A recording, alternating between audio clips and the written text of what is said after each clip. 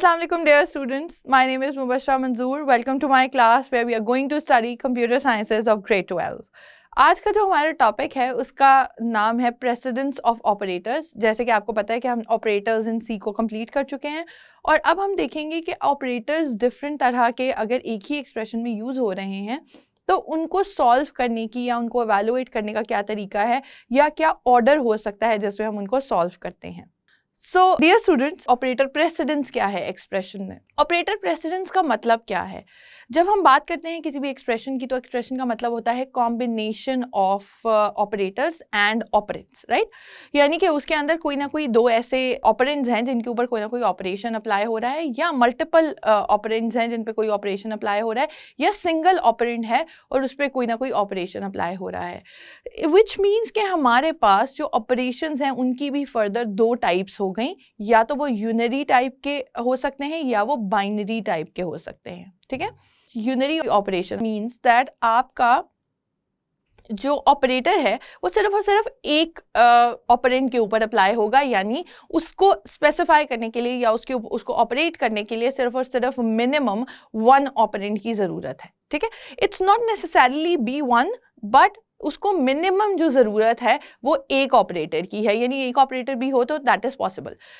आप देखें तो not operator is an example of unary operator. और नॉट का मतलब क्या है कि उसको सिर्फ एक वेरिएबल ऐसा चाहिए जो कि बाइनरी में हो या बुलियन वेरिएबल हो, और उसको या तो वो ट्रू होगा तो फॉल्स कर देगा, फॉल्स होगा तो ट्रू कर देगा। You don't other variable, there can be an expression written next to not operator, लेकिन उसके लिए ज़रूरी नहीं है कि उसके पास एक्सप्रेशन ही हो, अगर एक ऑपरेंड भी है तो it can work with that. ठीक है, इसी तरह आपके पास आ जाते हैं बाइनरी ऑपरेटर। बाइनरी ऑपरेशन का मतलब ये है कि आपके पास जो ऑपरेटर है, जैसे एडिशन हो गई, जैसे सब्ट्रैक्शन हो गया, आपने ऐड करना है, you need at least two things to add up.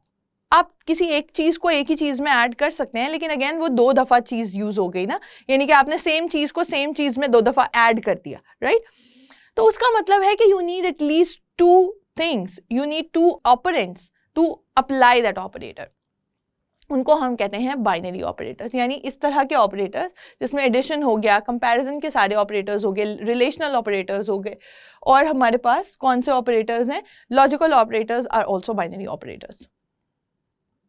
तो अगर हम प्रेसिडेंस देखें, प्रेसिडेंस का मतलब ये है कि order in which those operators will be evaluated, जब उनकी एवेल्युएशन उस एक्सप्रेशन की करनी हो तो।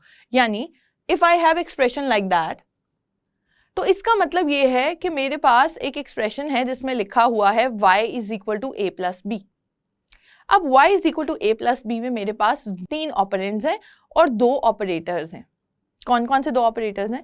एक एडिशन का और एक असाइनमेंट ऑपरेटर है। और ऑपरेंड्स कौन कौन से हैं? y, a and b, right? जिनके ऊपर वो ऑपरेशन जो है वो अप्लाई हो रहे हैं। सो अगर मैंने इसको रिजॉल्व करना हो तो क्या मैं इक्वल टू साइन को पहले असाइन कर सकती हूँ then the addition?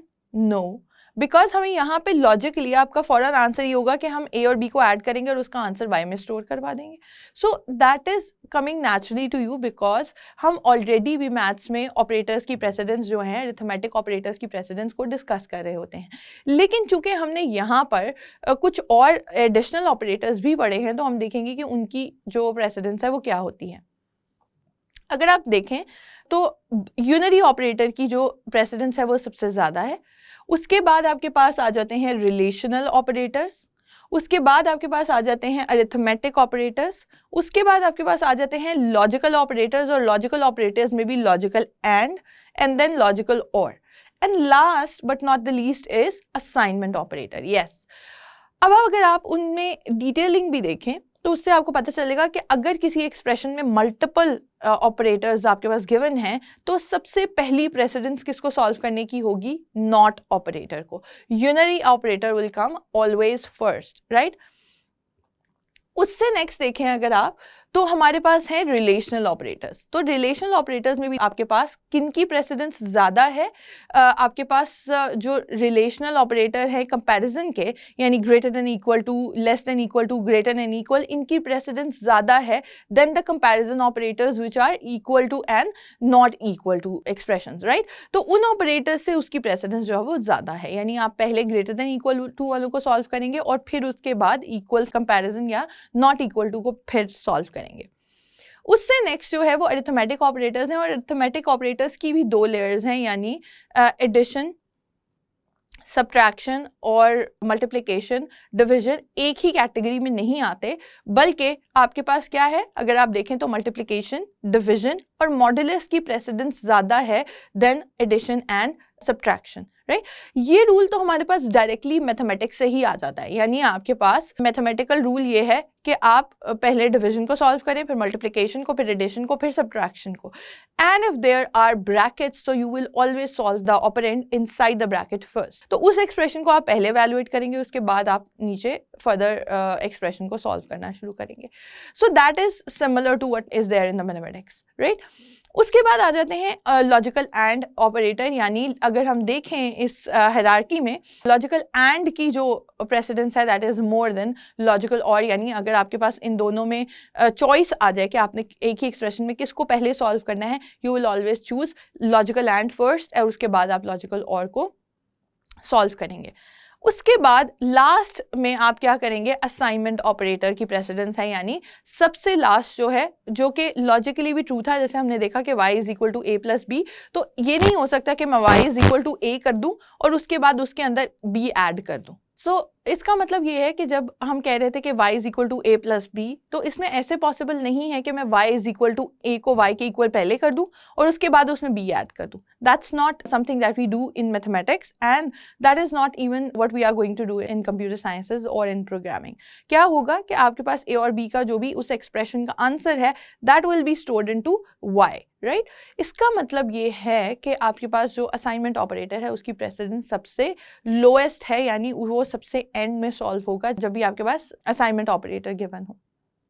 So with this we'll go to our board and we'll see कि उसमें एग्जाम्पल के थ्रू हम देखते हैं कि हमारा जो ये सारी डिस्कशन अभी तक हमने की है इनकी एग्जाम्पल्स के थ्रू किस तरह से इम्प्लीमेंटेशन है, या आपको मैथमेटिकली क्या आपको वो सॉल्व करना आता है या नहीं करना आता, या प्रेसिडेंस को हम किस तरह से डिस्कस करेंगे through examples. So dear students, जैसे कि आपको मैंने बताया कि हम ऑपरेटर प्रेसिडेंस को डिस्कस करें, और ऑपरेटर प्रेसिडेंस का मतलब ये है कि ऑर्डर क्या होगा अगर आपके पास एक ही एक्सप्रेशन में मल्टीपल ऑपरेटर्स आ जाते हैं, तो उनको सॉल्व करने का या उनको इवैल्यूएट करने के लिए किस ऑपरेटर को पहले सॉल्व करेंगे और किसको बाद में सॉल्व करेंगे, that precedence, that order is basically going to be discussed in this one. हम कुछ एग्जांपल्स देखते हैं और फिर देखते हैं कि किस तरह से इनको डिस्कस किया जाएगा। फर्स्ट एग्जांपल में एक लिख रही हूँ कि if I have a is equal to 50 and I have b is equal to 20 and I have c is equal to 5। अगर मेरे पास ये कुछ वेरिएबल्स हैं and then I have another variable list which is boolean variables है मेरे पास, y जो है वो मेरे पास false है और जो मेरे पास z है वो फिर से true है। So let's see कि हम इनको किस तरह से solve करेंगे। different expressions के लिए हमारे पास क्या क्या cases बन सकते हैं। What if I ask you to solve this for me? So अगर हम इस एक्सप्रेशन को देखें तो इस एक्सप्रेशन में हमने क्या करना है, हमने इसको evaluate करना है। We have to evaluate it। जब हमने इसको evaluate करना है तो evaluate का मतलब है कि इसमें जितने भी ऑपरेटर्स मौजूद हैं उन सबको हमने solve करना है या उनको simplify करना है। In this particular example if you see कि हमारे पास दो ऑपरेटर्स हैं, हमारे पास एक ऑपरेटर है this one प्लस का साइन और एक हमारे पास ये ऑपरेटर है which is modulus sign, right. तो अब मुझे ये बताएं, आप लोगों ने मुझे बताना है कि कौन से ऑपरेटर की प्रेसिडेंस जो है वो ज़्यादा होगी या पहले होगी या उसको प्रायोरिटी देंगे हम सॉल्व करते हुए।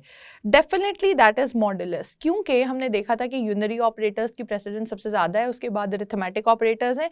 अरिथमेटिक ऑपरेटर्स में भी हमारे पास मॉड्यूलस, मल्टीप्लिकेशन एंड डिविजन की जो प्रेसिडेंस है that is more than addition and subtraction, which means कि मॉड्यूलस को हम पहले सॉल्व करेंगे, तो इसका मतलब ये है कि बी और सी पे ये ऑपरेटर अप्लाई हो रहा है तो अगर मैं b को c से डिवाइड करूं which is 20 and 5, so it means के 5 4s are 20, which means that I have 0 remainder left, which means कि मेरे पास मॉडुलस जो है उसने यही बताना है कि मेरे पास जो रिमाइंडर आया है वो क्या है, which means कि इसका आंसर मेरे पास क्या आ गया, a plus 0, राइट। तो इसका मतलब ये है कि ये वाला जो पोर्शन ऑफ एक्सप्रेशन है वो तो हमारे पास सॉल्व हो गया क्योंकि इसकी प्रेसिडेंस ज़्यादा थी। Now we have only one operator left, that is addition sign, और a हमारे पास क्या है 50, विच मीन्स 50 में हम 0 ऐड करेंगे तो answer will again be 50. So that's how we are going to solve the expression, and that's how compiler will actually evaluate the expressions that you write with multiple operators in them. So अब हम बात करते हैं, मैं एक और example ले लेती हूँ which is this example. Okay, what if I ask you to evaluate this? X is equal to y. Then I asked you to evaluate double and y z. अच्छा, this is different than what I've written before. यानी अगर मैं bracket sign use कर लूंगी कहीं पे भी तो लाइक मैथमेटिक्स ब्रैकेट की हमेशा प्रेसिडेंस जो है वो ज्यादा होगी, विच मीन्स कि if I would have written it like this y, तो इसमें इसकी प्रेसिडेंस ज़्यादा होती क्योंकि हमारे पास यूनरी ऑपरेटर या नॉट की प्रेसिडेंस जो है वो सबसे ज़्यादा है। So let's evaluate this one. इसमें हमारे पास क्या होगा, वी ऑलरेडी नो कि मेरे पास x जो है वो फॉल्स था और मेरे पास y, if I have x is equal to false, y is equal to true and z is equal to again true. ठीक है, तो ये मेरे पास अगर गिवन वैल्यूज़ हैं तो मेरे पास किस तरह से ये एक्सप्रेशन एवेलुएट होगा, इसको देखते हैं।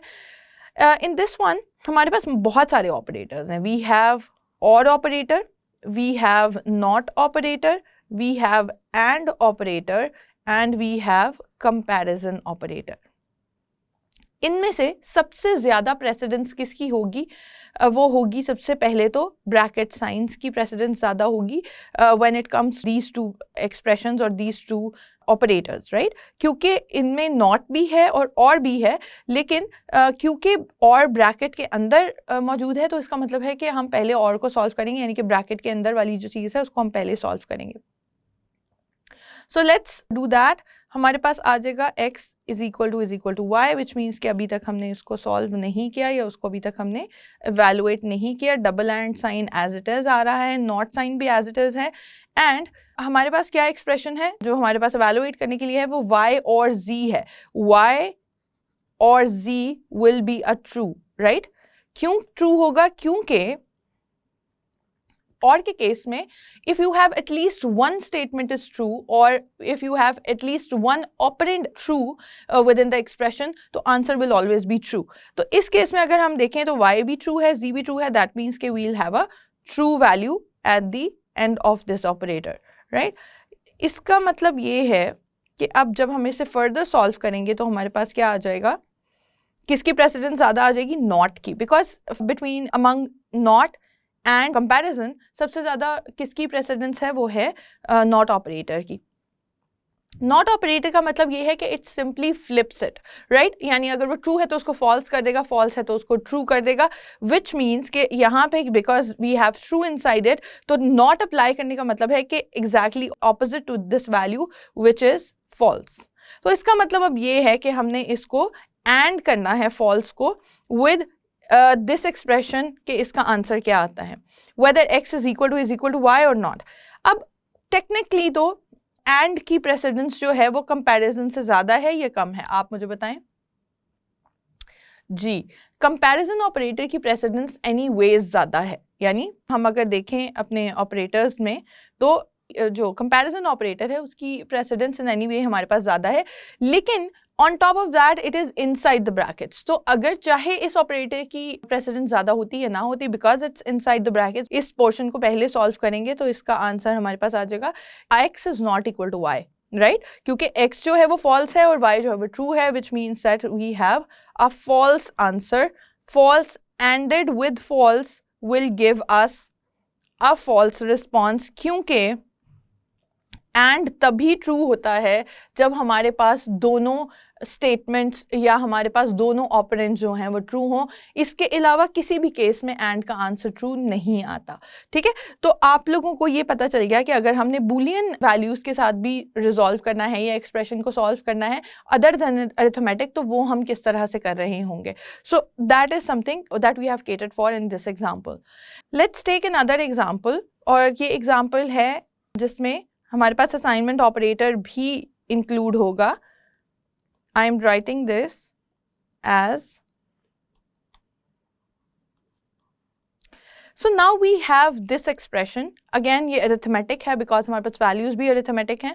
अब हम ये देखेंगे कि इसमें हमारे पास कौन सा ऑपरेटर जो है वो पहले रिजॉल्व हो सकता है या किसकी प्रेसिडेंस अगेन ज़्यादा है।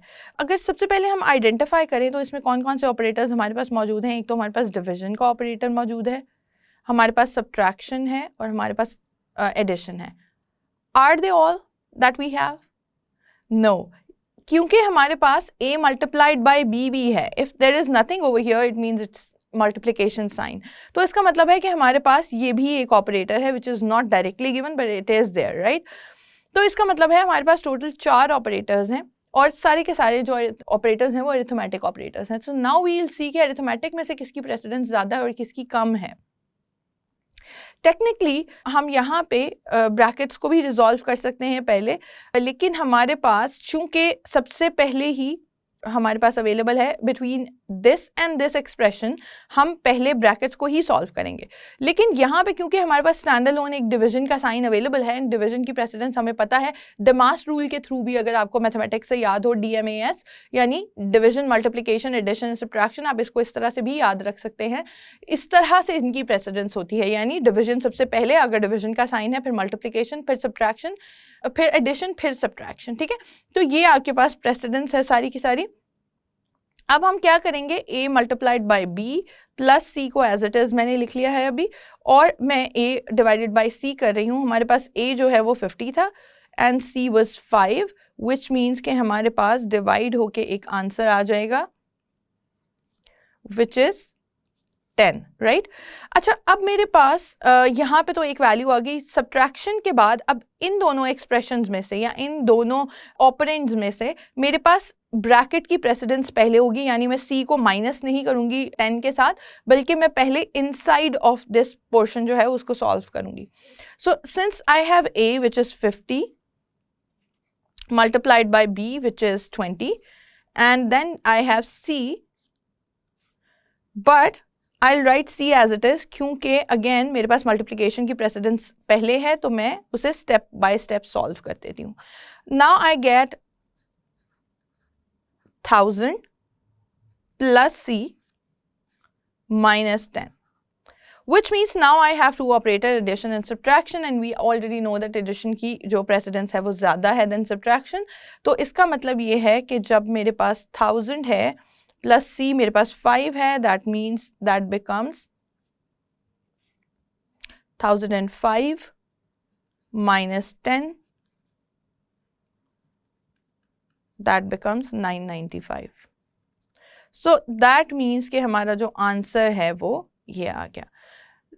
Keeping the precedence in mind, हमारे पास जो आंसर है वो इस तरह से रिजॉल्व होके आ गया है। अगर हम प्रेसिडेंस का ख्याल नहीं रखेंगे तो हमें प्रॉब्लम हो सकता है in solving our expression that is coming from mathematics. ये तो बेसिक रूल है मैथमेटिक्स का कि अगर हम प्रेसिडेंस ऑपरेटर्स की नहीं देखेंगे तो we'll end up having a wrong answer और we'll not reach where we were suppose to reach. Compilers भी इसी तरह से डिज़ाइन किए गए हैं कि उनमें जो प्रेसिडेंस है वो इसी तरह से दी जाती है, बट अगर आपने प्रेसिडेंस ही सही सेट नहीं की, यानी आपने ऑपरेटर्स को ही सही तरह से नहीं सेट किया, उसकी एग्जांपल क्या हो सकती है कि आपको एक प्रॉब्लम स्टेटमेंट से इक्वेशन में लेके आनी थी और आपने वहां पे ही उसको ट्रांसफॉर्म करते हुए जो अपना एक्सप्रेशन बनाया, एक्सप्रेशन में ही आपने जो ऑपरेटर्स हैं उनको रॉन्गली स्पेसिफाई कर दिया। तो इसका मतलब है कि ये ना तो कंपाइलर की गलती है, ना ये आपके एल्गोरिदम की मिस्टेक है, बल्कि क्या है, आपने कोई ना कोई ह्यूमन एरर यहाँ पे किया है स्टेटमेंट को चेंज करने में while you are making an equation out of it. तो इसका मतलब है इक्वेशन ही ठीक नहीं थी। जैसे कि मेरे स्टार्टिंग में यहाँ पे मेरे पास एक इक्वेशन थी, तो यहाँ मेरे पास क्या हो गया कि अब मेरे पास because I have another operator y is equal to 995, तो यहाँ पे भी एक और चीज़ है कि 995 is basically assigned to y, क्योंकि ये क्या है मेरे पास, ये है असाइनमेंट ऑपरेटर। तो इसका मतलब है कि असाइन कौन सी वैल्यू हुई है y को, 995 एग्जैक्टली, जो कि हमारी इससे पिछली एग्जाम्पल्स में असाइनमेंट ऑपरेटर का इस्तेमाल नहीं था। अब मैं यहाँ पे एक छोटा सा क्विज लिख रही हूँ आपके लिए, और आप लोगों ने मुझे सॉल्व करके बताना है कि इसकी जो इस क्वेश्चन में y की जो वैल्यू आनी चाहिए वो क्या आनी चाहिए। A better way would be to pause this video over here and solve the question on your paper, और उसके बाद आप इसका आंसर जो है वो चेक करें या उसके बाद देखें कि हमने कैसे इसको सॉल्व किया हुआ है। आपका आंसर जो है वो हम डिस्कस करते हैं अब। अगर हम प्रेसिडेंस को ना देखें, I will write both the cases here, true and false, like wrong and right, correct one, correct way to solve it, and incorrect way to solve it, because there can be a bigger problem over here. अच्छा, अगर मैं यहाँ पे अब यहाँ पे बहुत major mistake क्या हो सकती है अगर हम प्रेसिडेंस का ख्याल नहीं रखते। करेक्ट प्रेसिडेंस ये है that multiplication has precedence over addition sign. तो इसका मतलब है कि हमें मल्टीप्लिकेशन को पहले रिजॉल्व करना है, ना तो यहाँ पे कोई ब्रैकेट है जो आपको बता रही है कि आपने कौन सा पोर्शन पहले सॉल्व करना है, विच मीन्स कि multiplication anyway has to be done before, right. तो हमारे पास क्या आ जाएगा, this question seems very easy but it can be very tricky at the same time. तो मेरे पास क्या आ गया, y की जो असाइनमेंट हो गई वो हो गई 6, यानी कि y को 6 वैल्यू जो है वो असाइन हो गई in computer as a variable. लेकिन what if I do wrong and I simply add first, तो फिर मेरे पास क्या होगा 8. It seems to be a minor mistake but it can be rectified when you are dealing with the program. हो सकता है यही आपकी जो वैल्यू है ये किसी और वैल्यू की इनपुट हो, ठीक है। तो इसका मतलब है कि आपका पूरा का पूरा एल्गोरिदम जहाँ जहाँ पे भी y की वैल्यू यूज़ हो रही है आपका पूरे कोड में, इसका मतलब है it can go exponentially wrong sometimes, क्योंकि अगर ये कहीं और वैल्यू यूज़ होनी है और माइनर डिफरेंसेस भी जो हैं वो एड अप होके बहुत बड़ा एरर बना रहे हैं, तो इसका मतलब है कि वो प्रेसिडेंस की छोटी सी गलती थी, it is a logical error, लेकिन हमने क्या किया, हमने उसको रॉन्गली सॉल्व करने में मिस्टेक की। सिमिलरली अगर कंपाइलर यहाँ पे ये मिस्टेक नहीं करेगा, वो हमेशा प्रेसिडेंस इसी की ही लेगा, मल्टीप्लिकेशन की, and then will solve the addition. लेकिन अगर आप इक्वेशन बनाते हुए या आप उस प्रॉब्लम स्टेटमेंट को ट्रांसफॉर्म करते हुए इनटू एन इक्वेशन ये मिस्टेक करते हैं, तो दैट मीन्स के that is not the fault of the compiler, और there can occur some errors that you will have to resolve eventually, right. तो इस तरह की जो चीज़ें हैं दे डिटर्मिन के आपकी जो ऑपरेटर्स हैं उनकी प्रेसिडेंस की सिग्निफिकेंस क्या है या उनको फॉलो करने की सिग्निफिकेंस क्या है। With this, we are coming towards the conclusion of this topic, and we'll discuss other things into next lecture. So dear students, I hope आपको आज का lecture जो है वो समझ आ गया होगा। हमने examples के through भी देखा कि जो precedence होती है वो किस तरह से set होती है, किस तरह से उसको evaluate करना चाहिए।